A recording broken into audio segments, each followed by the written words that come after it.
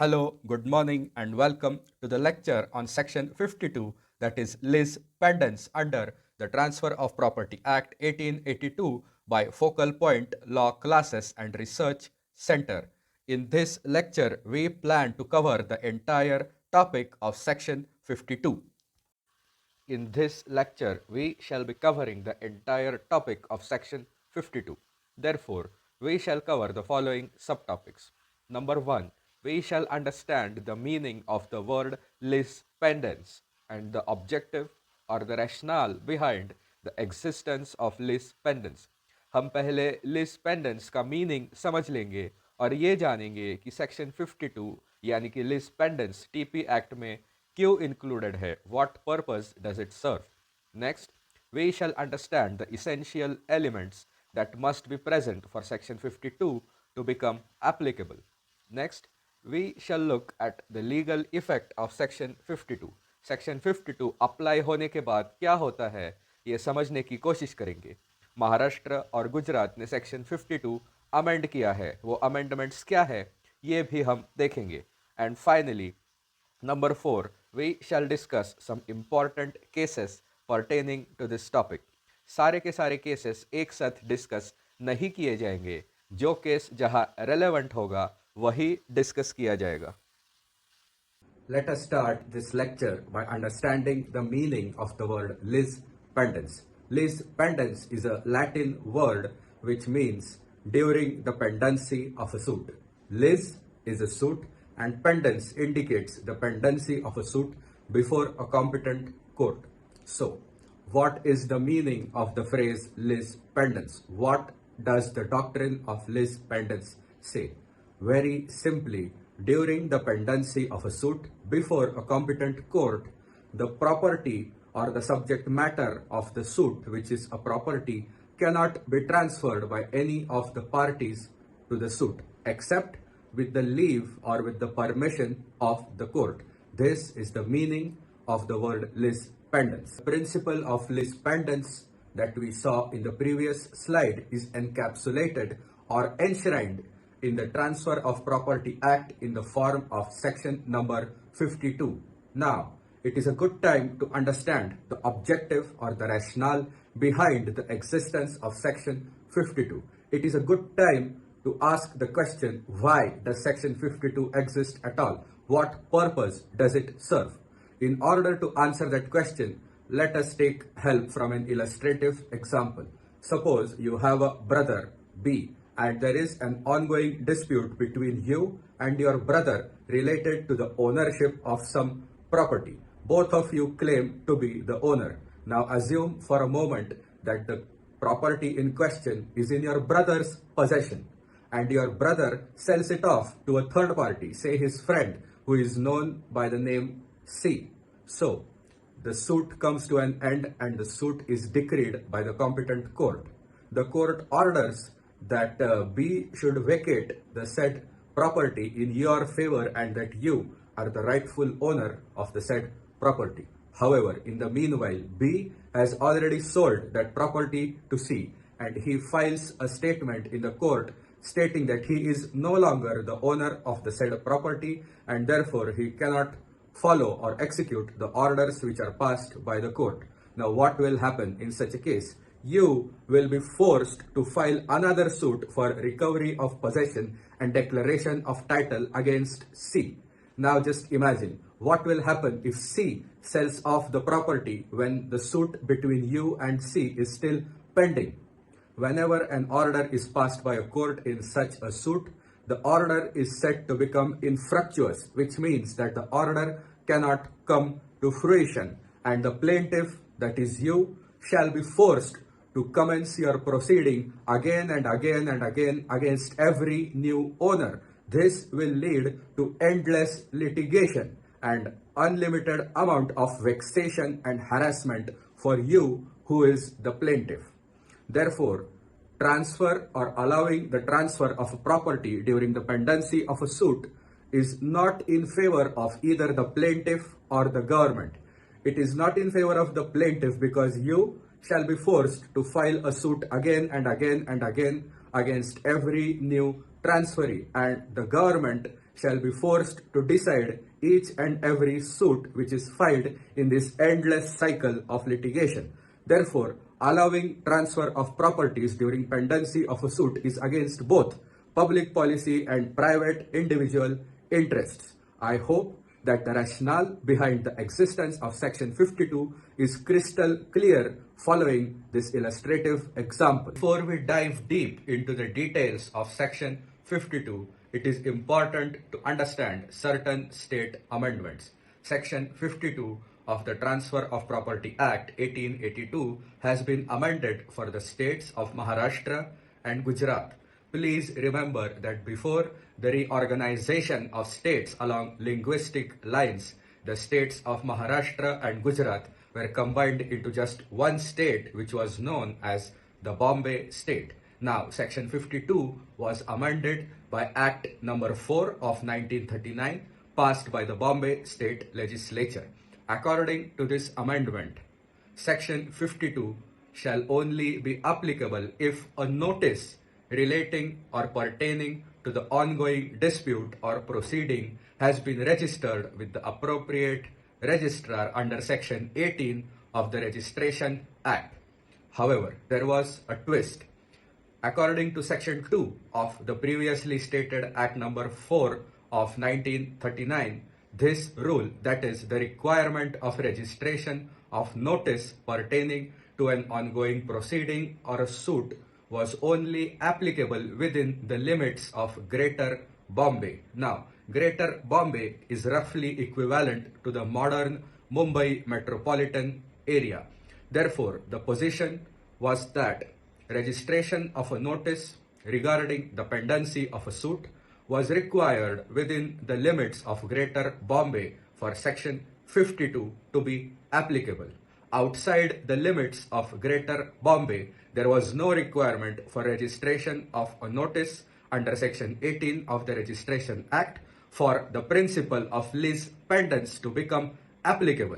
However, that is not the end of this story. Section 52 was once again amended by the virtue of Act number 57 of 1959, passed by the Bombay State Legislature.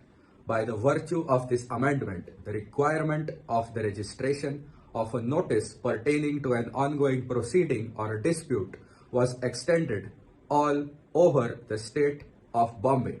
Now, thereafter, the Indian states were reorganized by the central government along linguistic lines. Therefore, all of us know that the state of Bombay was split up into two states, Maharashtra and Gujarat. Therefore, the modern legal position with regard to Section 52 in the states of Maharashtra and Gujarat is that notice pertaining to an ongoing dispute must be registered under Section 18 of the Registration Act for Section 52 of the Transfer of Property Act to become applicable. This naturally means that if a notice pertaining to such a dispute is not registered under Section 18 with the appropriate registration office, Section 52 will not be applicable, which means that the transferee during the pendency of a suit shall not be bound by the decision of the court, and his rights shall take precedence over the rights of parties to a suit. Now, let us grab this opportunity to discuss the relationship between Section 52 and the doctrine of notice, which we have covered in the previous video. Now, it is well settled that the doctrine of lis pendens, which is encapsulated in Section 52, does not depend on the doctrine of notice. But what does this mean? What does it mean when we say that the doctrine of lis pendens does not depend on notice? Well, first of all, it means that the defense of being a bona fide purchaser without notice is not available to a purchaser or a transferee pendent late. This means that unlike the doctrine of notice, where a transferee without notice has the defense of being a bona fide purchaser without notice, no such defense is available to a transferee who has received the property during the pendency of a suit. Even if someone is a bona fide purchaser without notice, in an ongoing suit, he is still affected by Section 52. However, please remember that in the previous few slides, we discussed the effect of the state amendments on application of Section 52 in the states of Maharashtra and Goa.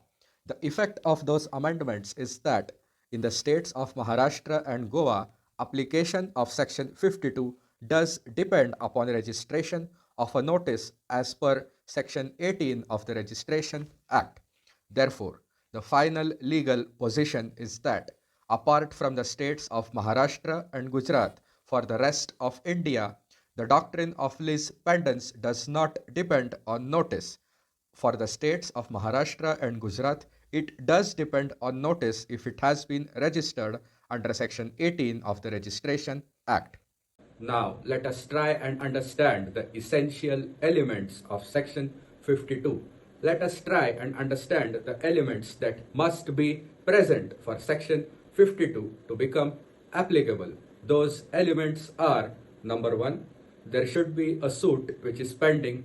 Number 2, the suit should not be collusive. We shall understand the meaning of collusive when we deal with that particular element. Number 3, the right to a property must be directly and specifically in question in the pending suit. Number 4, the transfer must be effected by one of the parties to the suit. That is, during the pendency of the suit, the property must have been transferred by one of the parties to the suit. And finally, number 5, the rights of the parties to the suit must be affected by the transfer. Now, we shall be discussing the essential elements which must be present for Section 52 to become applicable one by one. So, the first element is a suit must be pending. This simply means any suit which is not yet decreed by the competent court. A suit is said to be pending from the date of institution of the suit until the decree passed in the suit attains finality. The next essential element is that a suit must be pending before a competent court. What is a competent court? A court which has proper jurisdiction to entertain a suit is known as a competent court. Now, I want you to try and revise what are the types of jurisdiction of a court. Broadly speaking, there are 3 types of jurisdictions: pecuniary jurisdiction, subject matter jurisdiction, and territorial jurisdiction. I want you to revise all of those topics in order to gain a better understanding of Section 52. I want you to remember that the doctrine of lis pendens is also applicable in case of an SLP filed before the Honorable Supreme Court under Article 136 of the Constitution. This was the ratio of the case Dalip Kumar and Jeevan Ram, which was decided in the year 1996. Now let us understand the meaning of the word collusive. What does the word collusive really mean? In order to understand the meaning of the word collusive, let us take the help from Wharton's Law Lexicon. According to the Wharton's Law Lexicon, in a collusive suit, there is no such contest between the parties. The contest is a sham, which means that the contest is not real.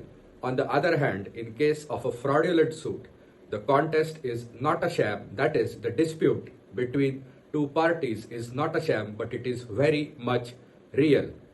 Therefore, in a collusive suit, both of the parties to the suit are working together in order to defraud a third party. The decree has been obtained only with the intention of defeating the interests of any third party. Now let us try and understand this with the help of an illustrative example, because I understand that it is not easy to understand these concepts without the help of illustrative examples. So imagine that you have a brother who goes by the name B, and both of you are owners of certain pieces of land. Now your brother sells one of those pieces of land to a third party. Let us assume that the name of the third party is C. Now your brother refuses to hand over the possession or the title deeds of the said property to C, and you file a suit against your brother claiming to be the rightful owner and also claiming possession of the disputed property which has already been sold by your brother to C. Such a suit is a collusive suit. You and your brother have merely filed this suit to defeat the interests of C. Such a suit is known as a collusive suit, and in case of a collusive suit, Section 52 is not applicable. Section 52 is applicable only when the suit is not collusive. Now let us understand the next element of Section 52, that is, the right to a property must be directly and specifically in question. All of us are aware that civil suits are mostly related to property disputes. There are a few other kinds of civil suits, but for the most part, civil suits are almost always related to property disputes. Therefore, very simply speaking, Section 52 is only applicable in case of property disputes and not in case of other kinds of civil suits.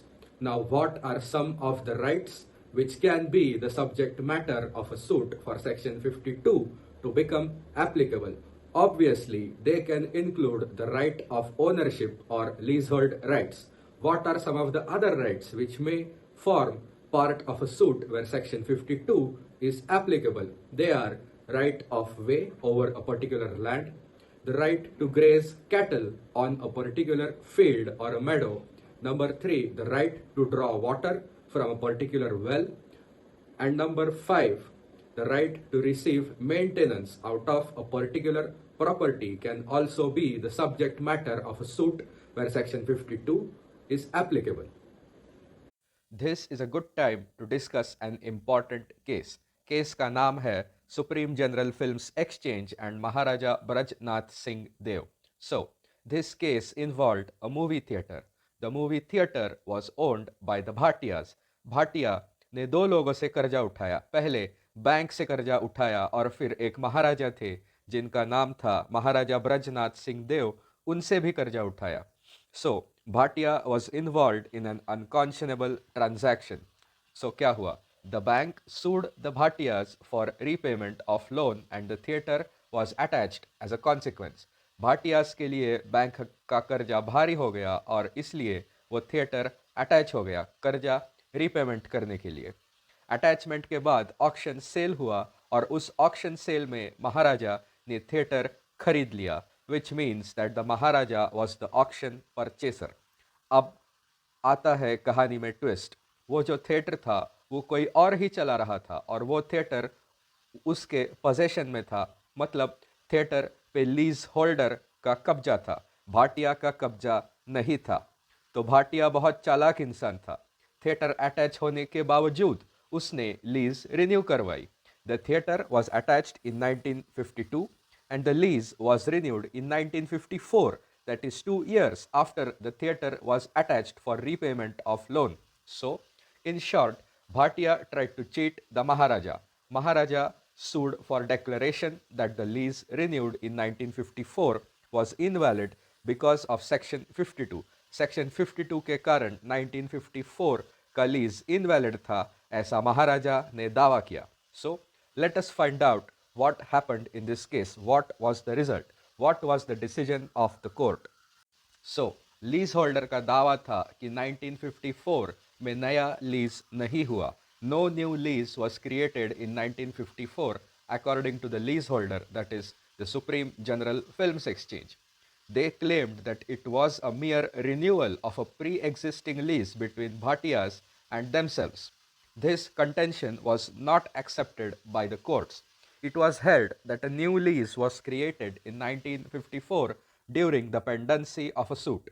Since new lease was created during pendency of a suit, it was struck by Section 52.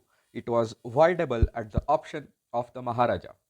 So, this case highlights one important legal principle, that is, transfers which are hit by Section 52 are not automatically invalid or they are not void ab initio.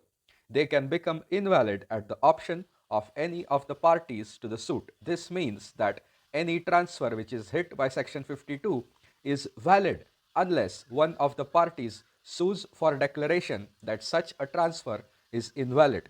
ये legal principal समझना बहुत बहुत जरूरी है.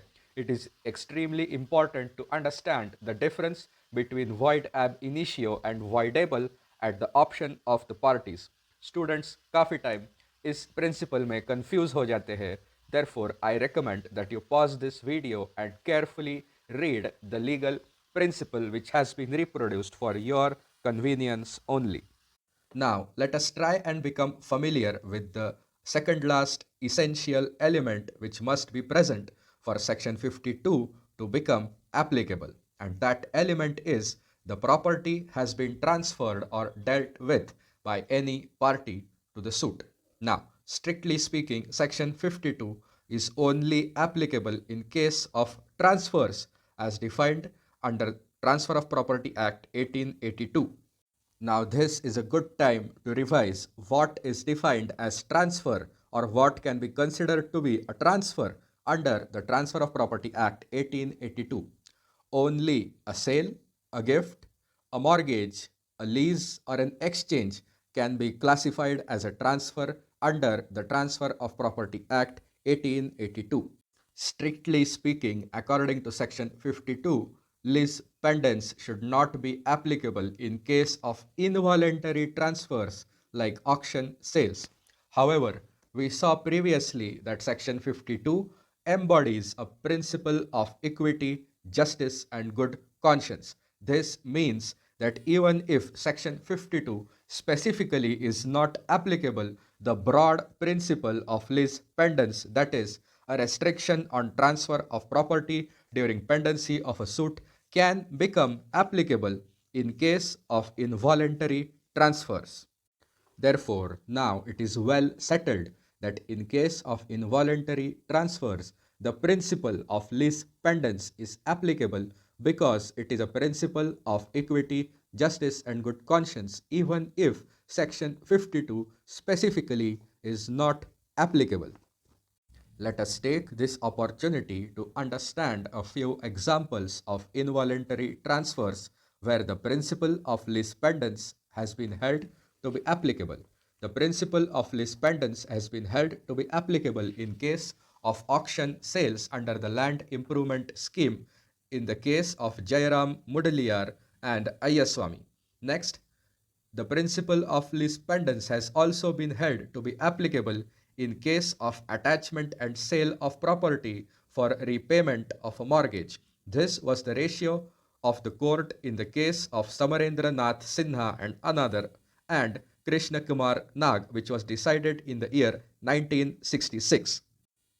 Let us also look at some examples of involuntary transfers where the principle of lis pendens is not applicable. The first of such examples is when a party to a suit becomes insolvent and his estate vests in the official receiver during the pendency of a suit. It has been held that in such a case, Section 52 and also the principle of lis pendens is not applicable. Lis pendens is also not applicable in case of auction sales under Order 21, Rule number 83 of the Code of Civil Procedure. We have arrived at the final subtopic and the final element of Section 52, and that is alienation should affect the rights of other party to the suit. We shall understand the significance and meaning of this expression in the next few slides. However, first of all, it is important to remember that Section 52 does not extinguish rights which existed before the commencement of a suit. Now, what does this mean? Imagine that there is a dispute between you and your brother related to a flat located in a housing society. Suppose A has been living in that flat for 10 years and before the dispute arose between you and your brother.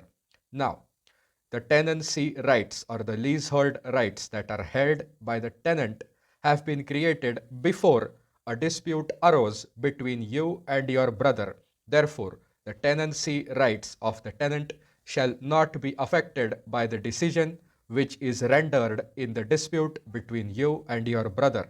The tenancy rights are not affected by section 52 in this example. Now, obviously, the expression party to the suit does not and cannot include a stranger to the suit. This was the ratio of the Honorable Supreme Court in the case of West Bengal Housing Board and Pramila Sanfui, which was decided in the year 2015.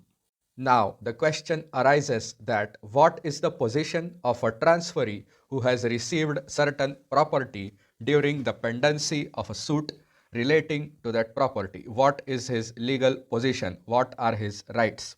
The answer to that question is that a transferee pendent late, that is, someone who has received a property during an ongoing suit related to that property, does not have a right to be impleaded as a party in that suit.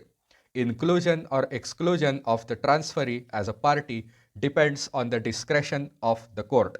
However, it is also equally true that leave to be implicated as a party should not be ordinarily refused to a transferee pendent late. This was straight law since it was laid down by the Honorable Supreme Court in the case of Sarvinder Singh and Dalip Singh, which was decided in the year 1996. Recently, this position was confirmed in the case of Amit Kumar Shah and Farida Khatun, which was decided in the year 2005. Thank you for watching. Like always, I am sure that you have understood this complicated topic of section 52 only if you paid attention throughout this video. Thank you once again. I will see you next week, this time with a topic related to the Constitution of India. Until I see you, goodbye, Jai Hind and Jai Samvidhan.